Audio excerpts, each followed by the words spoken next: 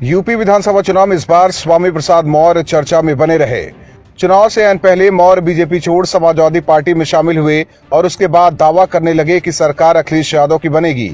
मौर्य कहते हैं कि वो चाहे तो किसी की सरकार बना सकते हैं और किसी की सरकार गिरा सकते हैं, लेकिन इस बार मौर्य ऐसे फंसे हैं कि उनकी अपनी सीट ही दांव पर लगी है। अभी तक मौर्य पडरौना से चुनाव लड़ रहे थे, लेकिन बीजेपी की एक चाल से मौर्य पडरौना छोड़कर फाजिलनगर पहुंच गए। हालांकि मौर्य के लिए फाजिलनगर का किला ढहाना इतना आसान नहीं दिख रहा है। फाजिलनगर में इस बार चतुष्कोणीय मुकाबला है।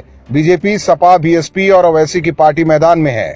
इसीलिए मौर्य ऐसे फंसे हैं कि फाजिलनगर से निकलना उनके लिए आसान नहीं है, जबकि पिछले दोनों चुनाव में यहां से बीजेपी के उम्मीदवार को जीत मिली है। सुरेंद्र कुशवाहा पिछड़ी बिरादरी से आते हैं, जबकि स्वामी प्रसाद मौर्य पिछड़े वर्ग का खुद को नेता बताते हैं। ऐसे में ये देखने वाली बात होगी कि जनता किस पिछड़े नेता को चुनावी जंग में जीत का स्वाद चखाती है। वहीं इस चुनाव में एक्सपेक्टर बनकर उभरे हैं बीएसपी के उम्मीदवार इलियास अंसारी। वो लंबे समय तक सपा में रहे हैं, लेकिन स्वामी प्रसाद के फाजिलनगर आने से उनका पत्ता कट गया था। इसके बाद उन्होंने बीएसपी का दामन थाम लिया और हाथी पर सवार हो चुनाव में उतर पड़े हैं।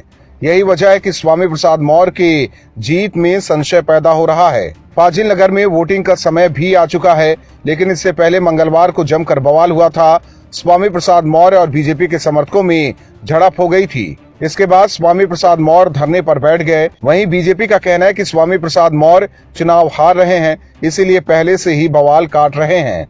हालांकि मौर्य की किस्मत 3 मार्च को शाम तक ईवीएम में कैद हो जाएगी और 10 मार्च को साफ होगा कि मौर्य की बातों में कितना दम था। लेकिन फिलहाल ऐसा लग रहा है जैसे अखिलेश की सरकार बनवाने का दावा करने वाले स्वामी प्रसाद मौर्य अब खुद अपनी सीट बचाने के लिए स्ट्रगल कर रहे हैं। मौर्य ने सोचा भी नहीं होगा कि वो बीजेपी की रणनीति से ऐसे फंस जाएंगे। वहीं रही सही कसर मायावती ने सपा के बागी उम्मीदवार को मैदान में उतार कर पूरा कर दिया है, तो दूसरी तरफ ओवैसी भी सपा के वोट बैंक में सेंध लगाकर मौर्य का खेल बिगाड़ने के लिए तैयार है। ऐसे में मौर्य अब अपनी ही सीट पर चारों ओर से घिर चुके हैं।